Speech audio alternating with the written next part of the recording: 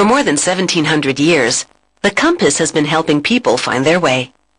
It was first developed in China, and eventually, East met West. And European sailors began using it to chart their course. They soon realized they'd be lost without it.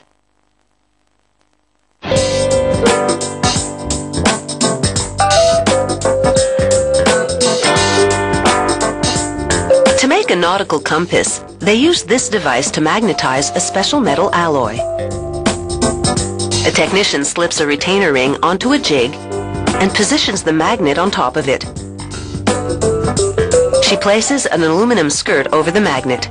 This will support the compass dial, which goes on next. She inserts a pivot needle in the center, which will allow the dial to rotate. Then she press fits all the pieces together.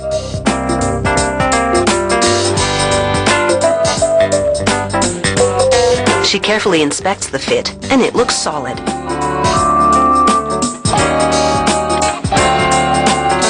She sprays a chemical cleaner into the pivot cavity.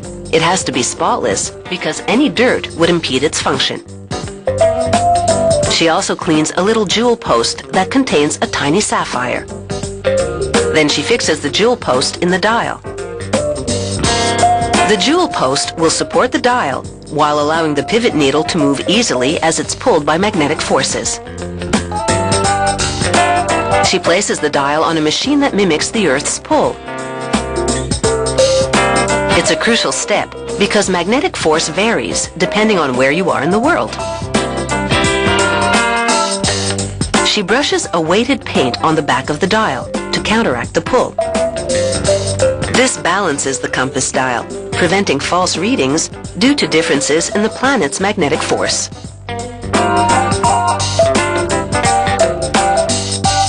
These are lubber lines, little direction markers. She inserts them into holes in a jig. Then she lines them up with holes in an aluminum gimbal pan and press fits the lubber lines to the pan.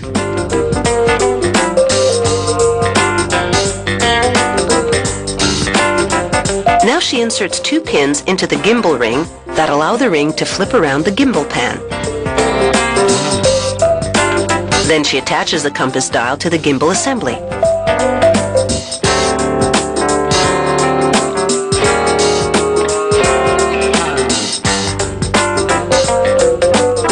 The technician spray paints the metal compass bowl black and pops a rubber diaphragm into it. A bronze ring will hold it in place. This flexible rubber liner will contain the compass fluid and allow it to expand and contract. She snaps the dial and gimbal setup to the bowl. She just has to bend a little tab to level it out. She positions an acrylic dome on top. Using another jig, she puts a rubber O-ring over the dome to seal it, followed by a metal collar. With a power screwdriver, she anchors these pieces to the rest of the compass. Then she pumps fluid into the bowl, filling it almost to the top. The fluid makes the numbers on the dial look bigger. Next, they magnetically charge 2 metal rods and install them in a compass base. They'll compensate for magnetic fields on the boat.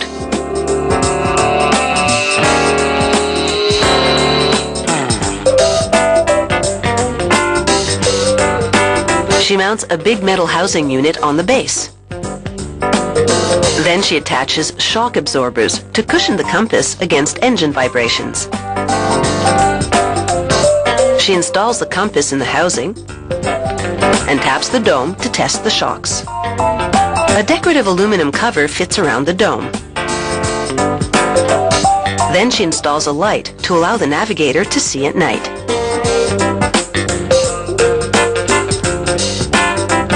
She attaches iron spheres, another tactic to counter magnetic interference. Our journey through the plant is now over, and the compass is ready to set sail.